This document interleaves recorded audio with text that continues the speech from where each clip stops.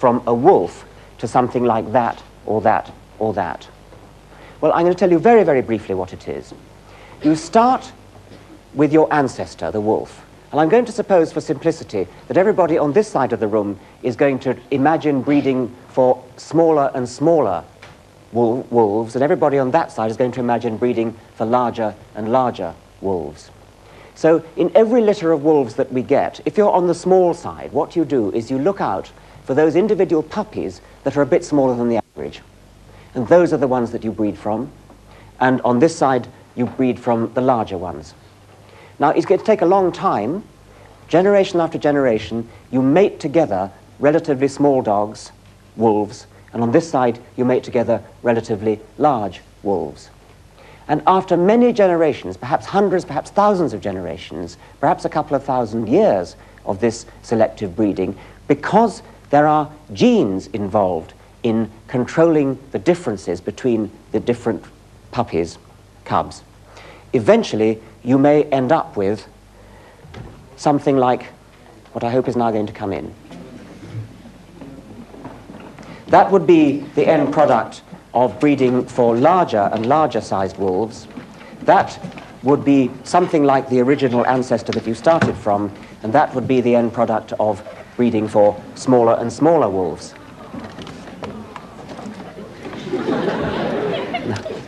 What are their names? Jemima and Wilf are Chihuahuas. Jemima is a smooth-haired Chihuahua. Wilf is a rough-haired Chihuahua. And both of them, comparatively recently, are descended from a wild wolf. What's his name? Sequin. Is the girl or a boy? Yeah, Sequin. This is Sequin, who's a German shepherd. And I think we could say that Sequin is the one who most resembles the ancestral wolf. And this is Archie, that's a fine name. Archie, a Great Dane, and he is what you get from breeding for larger and larger size, but they're all descended from a wolf, they're all cousins of one another, and Sequin is showing great interest. So thank you very much indeed. Thank you.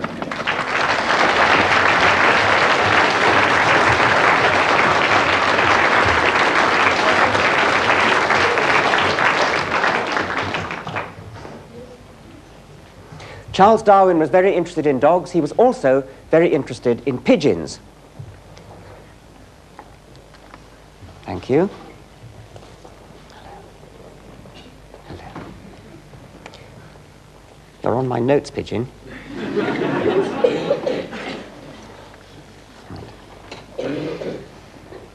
This is a Marcinero cropper.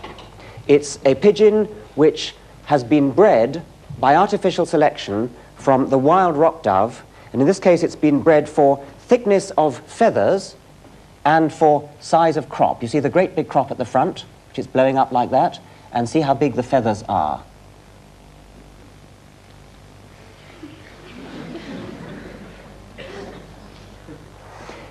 Now in the cage here, we didn't quite trust these ones to be let out. We trust this one. This is a domestic flight pigeon, and you see how it's been bred for this curious little ruff round the back of the neck, and also the red ring round the eye.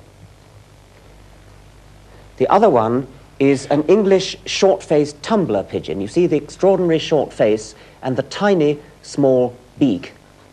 And that, again, is a product of artificial selection, just like in the case of the dogs and the cabbages. The beak is so short, in the case of the English short-faced tumbler, that this breed is no longer capable of feeding its own young. And so the only way that breed can be reared is by its babies being reared by pigeons of another breed. That sort of thing often happens, by the way, with artificial selection. It's true of bulldogs.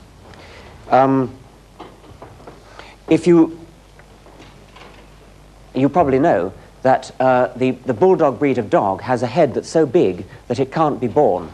And the only way a bulldog can be born is by caesarean section. And so the entire breed depends upon humanity to keep it going. If we went extinct, bulldog would go extinct. Now, artificial selection, the process that produces these dogs and these pigeons and these cabbages, is too slow for us to see during the course of one lecture. But we can imitate it on a computer and I'm going to do it with a program called arthropomorphs. These are arthropomorphs. This is the parent arthropomorph, and round the edge of it are 8 child arthropomorphs. And they resemble the parent very closely, but there may be a genetic change, a mutation, a random genetic change as you go from parent to child. So that one, for example, has longer legs. That one's got its legs up instead of down. And the way you breed arthropomorphs, could I have a volunteer to... My goodness. Right, yes, thank you. Have you ever used a computer with a mouse? Yes. Yes, okay. What you do then is you choose the one you want to breed from and just click it once. So he's going for the long-legged one, I think. Click it. It goes to the center and becomes the parent of the next generation. Now you see all the next generation have longer legs. What's your name, by the way? Lawrence. Lawrence. Lawrence, it seems to be breeding for longer legs. I wonder if he's going to continue that. That's right. Keep going. Don't wait for me. Just keep on breeding. Okay, Lawrence likes long legs. And they're getting longer and... Okay. Now, what I said was that these creatures have genes which are going from parent to child. What would I mean by talking about genes in a computer? Well, in a computer, of course, genes would just be numbers. They're not real genes, they're not made of DNA, but nevertheless they are genes in the sense that they are what go through from generation to generation. There's no sex in these creatures, by the way. These are all reproducing asexually, like stick insects and like aphids. Carry on.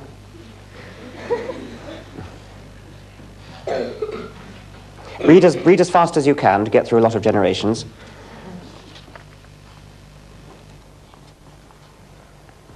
So what we're seeing now, what Lawrence is doing, is artificial selection, just like our ancestors did with dogs and pigeons.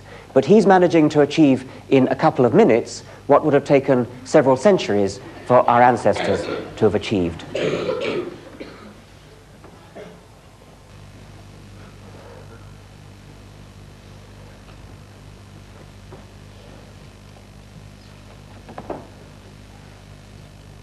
What are you going for, Lawrence? What? Legs. You're trying to get lots of zigzags in the legs, are you?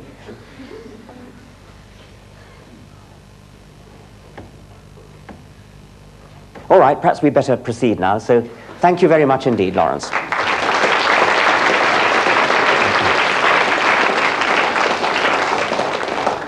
Well, I think we're all convinced by now that artificial selection works. We've seen the result of it in dogs, cabbages and pigeons, and we've seen it happening before our eyes in the computer arthropomorphs. But that's just artificial selection. We only began talking about artificial selection because we're really interested in natural selection. Natural selection is like artificial selection, except that instead of humans doing the choosing, nature does the choosing. Of all the puppies in a litter, or wolf cubs in a litter, instead of our choosing which ones shall breed, what happens is that nature chooses which ones shall breed. The ones that have what it takes to survive will be the ones that breed, automatically chosen. The ones that are good at running fast, the ones whose legs are not too short and not too long, the ones whose teeth are not too blunt and not too sharp, because if they're too sharp they might break easily. Natural selection, nature, is constantly choosing which individuals shall live, which individuals shall breed. And the result, after many generations of natural selection, is much the same as the result after many generations of artificial selection. So what would it take to change the arthropomorph program so that it simulated natural selection instead of artificial selection? Because at present, the arthropomorphs are just being chosen by the eyes of a human. Could we somehow make the computer do its own choosing on the basis of quality of arthropomorphs? Well, the trouble is it's not easy to judge what quality in an arthropomorph might mean, because these arthropomorphs are living in a very strange environment, the two-dimensional computer screen. They don't have a real world in which to live. They don't have predators. They don't have prey. They don't have food that they've got to catch. Perhaps we could do better if we made a computer model of a two-dimensional designoid object, like a spider web. Now, if we could have the lights down, I think we might be able to see Now, there is a spider in the middle of its web, and that I think shows quite nicely. Good.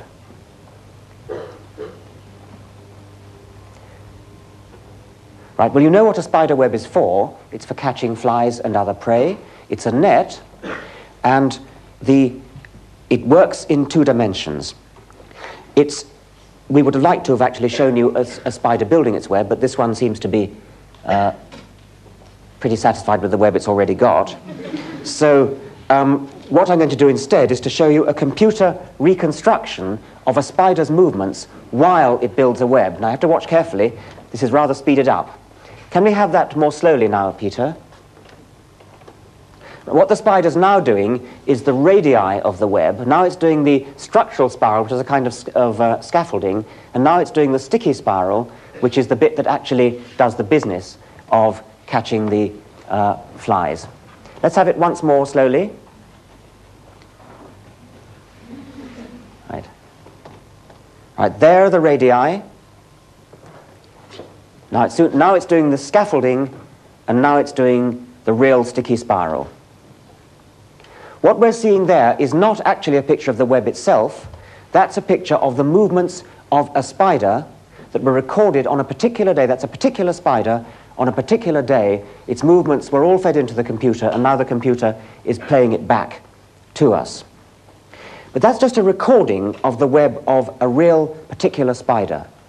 Now, in order to do our trick of making an arthropomorph-like program out of spider webs, we've got to make the computer behave like a spider. And this is the program written by Peter Fuchs, so I'm glad to say is next door, controlling the computer. And what his program does is to make the computer build a web as if it was a spider. So the computer is holding in its little head the rules that we know something about of how a spider builds a web. So the computer does the radii like that. It does the spiral like that.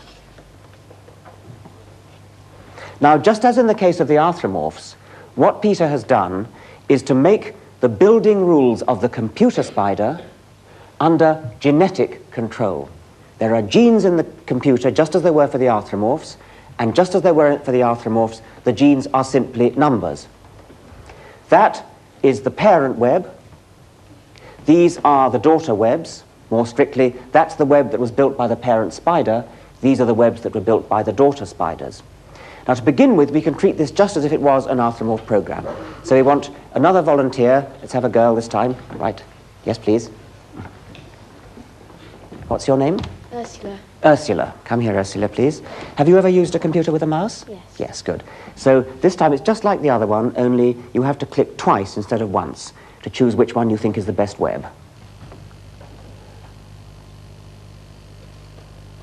Okay, now that web is gone up to the top there. That's now become the parent, and here are the daughter webs that are being drawn. And now you can choose another one, another generation.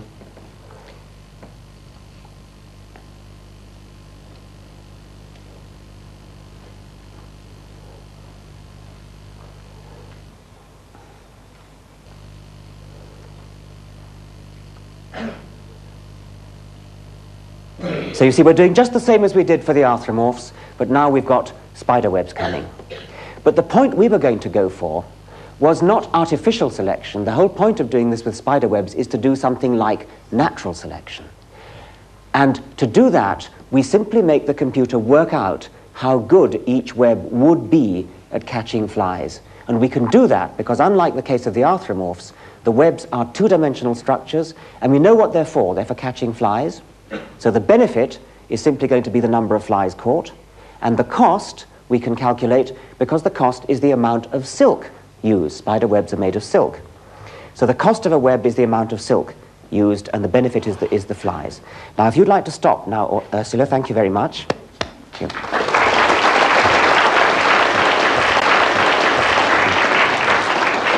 Now, we no longer have a human selector, we now have the flies doing the selecting. So the flies are going to hit the web, when Peter gets it started up again, and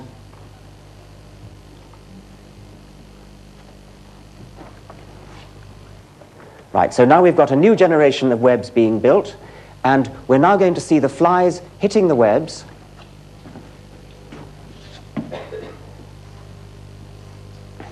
There come the flies again. Now the computer is going to calculate which of the webs is best at catching flies, and it's that one that's gone dark. So that one will now become the parent of the next generation. And now once again the webs are being built, the child webs are being built. Once again the flies will come, the computer will measure which one of them is the best.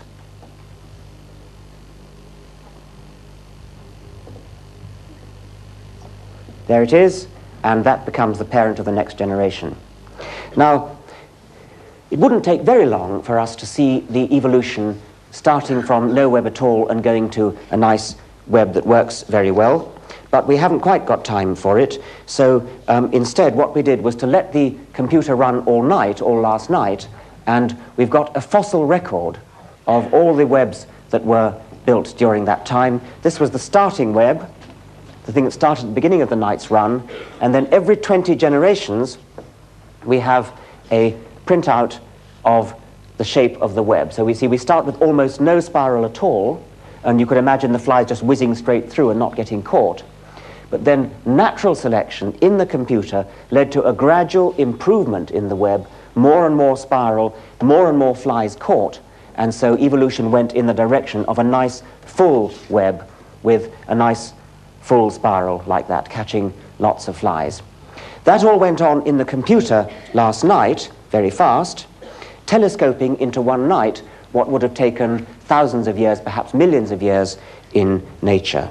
In nature, the successful and the unsuccessful webs would not, of course, be judged by the computer doing a calculation about how many flies would have been caught, would be expected to be caught.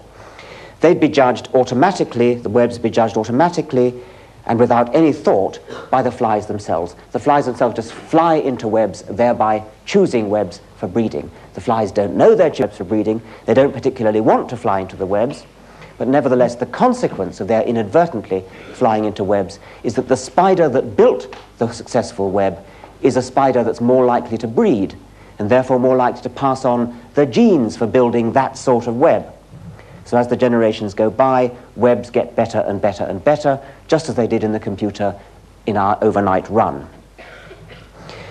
That's natural selection in the case of spider webs, and exactly the same principle works for every living creature, for the bodies of every living creature. Every lion and tiger, every camel, every dog, every human, every giraffe. They all have evolved by the same process of evolution by natural selection. So the Darwinian view is that designoid objects are not designed at all. They have evolved by natural selection. The most popular alternative to the Darwinian view is called creationism. Creationists believe that designoid objects are really designed objects. The only difference is that whereas these designed objects were designed by humans, these designed objects were designed by a divine creator.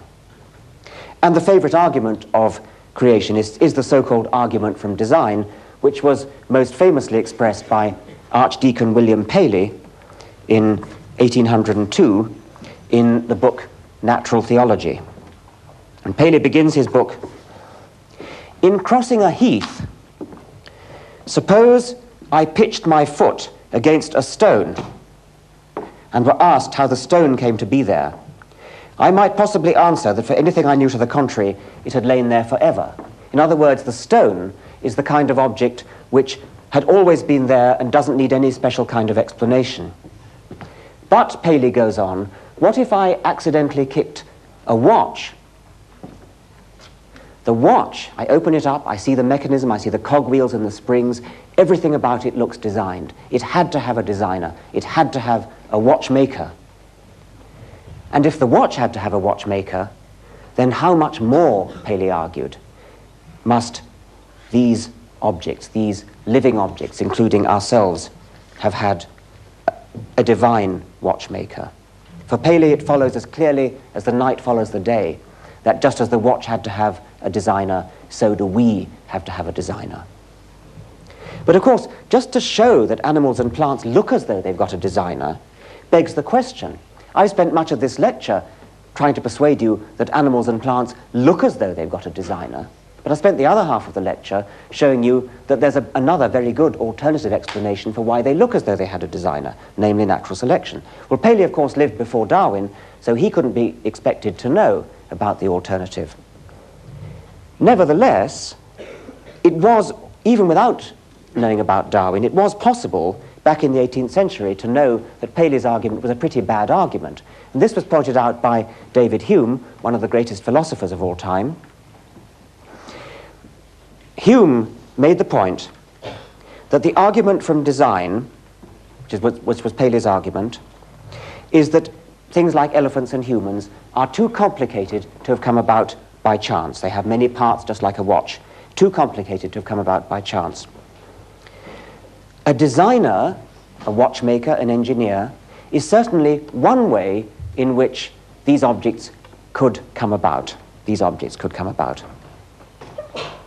But a watchmaker, or a designer, or an engineer, if he's to be any good as a watchmaker or an engineer, must be a pretty complicated object himself.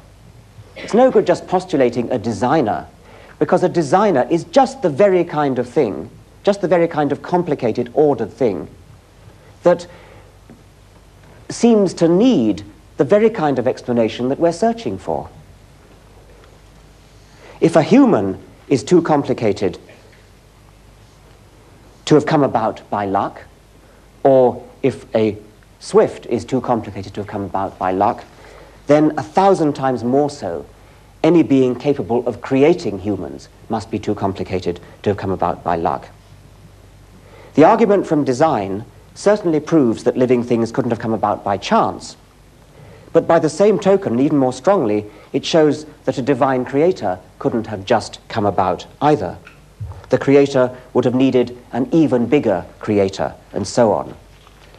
The argument from design is a powerful seeming argument, and it powerfully shoots itself in the foot. The Darwinian argument of evolution by natural selection, of course, doesn't suffer from this problem. The Darwinian argument does not explain things as due to chance. Chance, in the form of random genetic mutation, comes into it, but by far the most important part of the Darwinian explanation is the non-random process of natural selection. There's another rather interesting little curiosity, which is that natural objects, designoid objects, have imperfections which you wouldn't expect to get in objects which were designed by a real designer. This is a flatfish, a halibut. Its ancestors once swam normally in the water like a normal fish does, like that. But the ancestors of the halibut settled down on the bottom of the sea, one side down. They lay on the bottom of the sea, and then now a modern flatfish moves along like that. You probably see them doing it.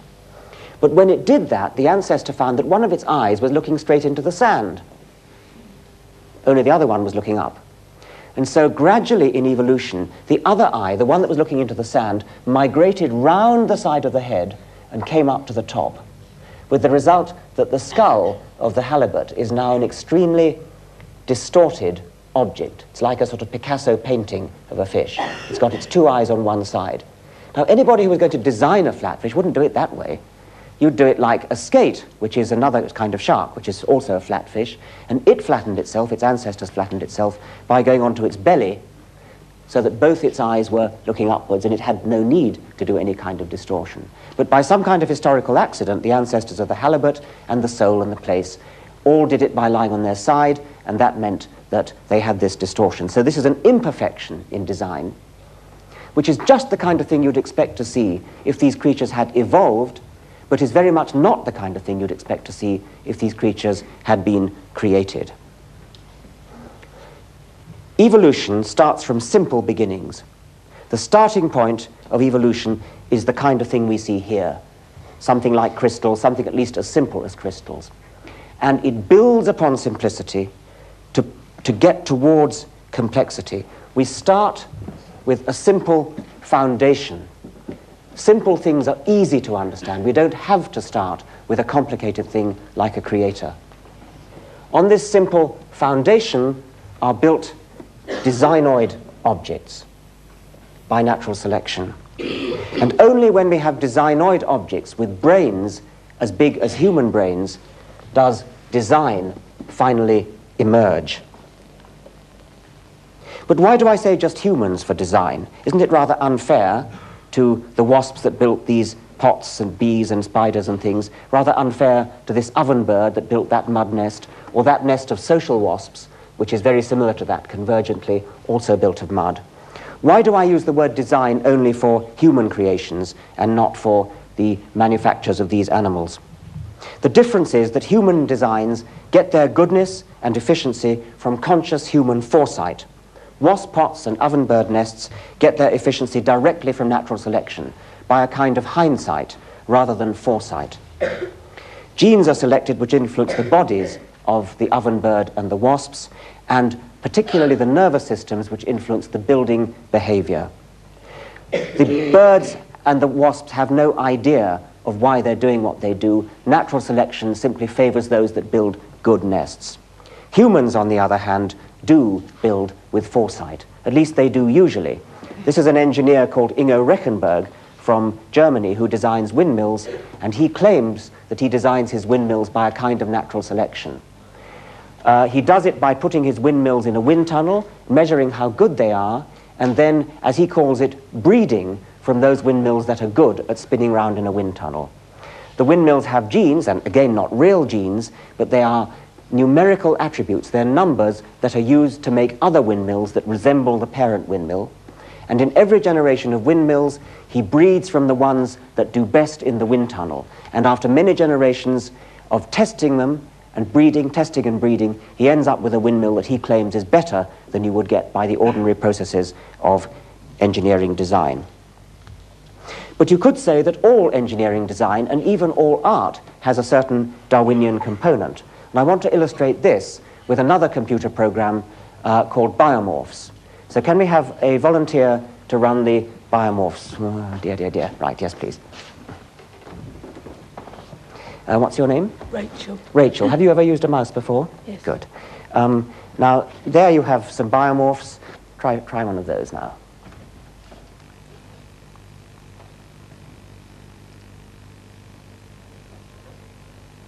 What she's doing is guiding the evolution of biomorphs.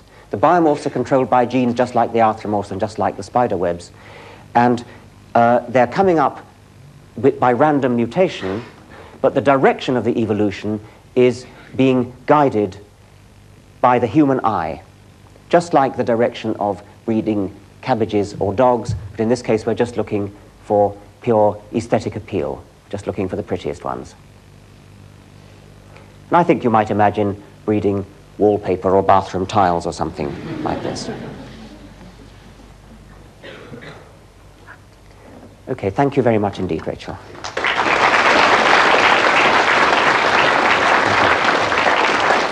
But in any case, all creation, all design, all machines and houses and paintings and computers and aeroplanes, everything designed and made by us, everything made by other creatures, is only made possible because there are already brains put together as designoid objects, and designoid objects come about only through gradual evolution. Creation, when it does occur in the universe, is an afterthought. When creation appeared on this planet, it came locally and it came late. Creation does not belong in any account of the fundamentals of the universe. Creation is something that, rather late in the day, grows up in the universe. Thank you very much.